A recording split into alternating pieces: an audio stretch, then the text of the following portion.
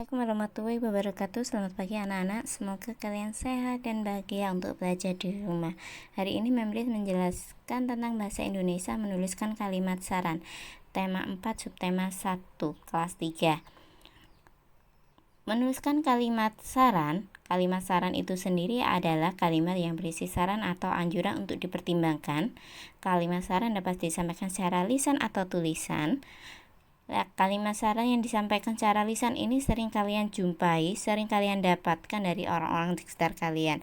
Mungkin dari orang tua, saudara, kakek nenek, atau orang-orang terdekat kalian. Kemudian secara tulisan, mungkin kalian belum pernah mendapatkannya, tetapi mungkin kalian pernah jumpai di dalam kotak saran. Itu terdapat saran-saran yang ditulis secara tertulis. Kalimat saran yang disarankan secara tertulis diakhiri tanda titik. Kalimat saran biasanya diawali dengan kata-kata seperti sebaiknya, seharusnya, hendaknya, alangkah baiknya, semestinya. Tetapi yang sering digunakan atau yang sering kalian jumpai mungkin dua kata yang di atas, paling atas itu sebaiknya, seharusnya. Sebaiknya kamu ke dokter gigi. Seharusnya kamu bangun lebih awal. Itu. Seharusnya kamu memilih baju berwarna merah. Sebaiknya kamu mengendarai mobil. Itu tadi contoh dari kalimat saran. Cara menyampaikan kalimat saran. Ini jika kalimat saran itu secara lisan ya. Meskipun secara nggak hanya lisan saja tetapi tulisannya. Yang pertama yaitu menggunakan bahasa yang sopan, bukan menggunakan bahasa yang kasar. Dengan kata-kata kasar itu tidak disarankan. Yang kedua, sikap yang santun agar tidak menyinggung orang lain. Ini pada saat kita secara lisan, karena terlihat secara oleh mata. Oh, sikapnya seperti ini. Kalau tulisan kan tidak bisa melihat sikapnya, tetapi dari bahasanya. Tetapi jika saran itu tadi disampaikan secara lisan, keduanya harus dipenuhi. Yang pertama bahasanya digunakan dengan bahasa yang sopan. Kemudian sikapnya juga harus santun.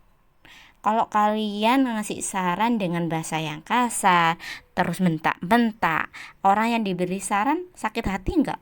Sakit, mem. Mau mendengarkan saran kalian tidak? Tidak, mem. Nah, itu tadi. Jadi kalau kalian memberikan saran, maka kalian harus gunakan bahasa yang sopan. Terus sikap yang santun agar tidak menyinggung orang lain, gitu. Niatnya baik, tetapi jika dengan disikapi dengan bahasa yang kurang baik, hasilnya kan tidak baik. Dikirain orang itu tidak memberi saran, tetapi orang itu memarahin, menghina bisa jadi kan.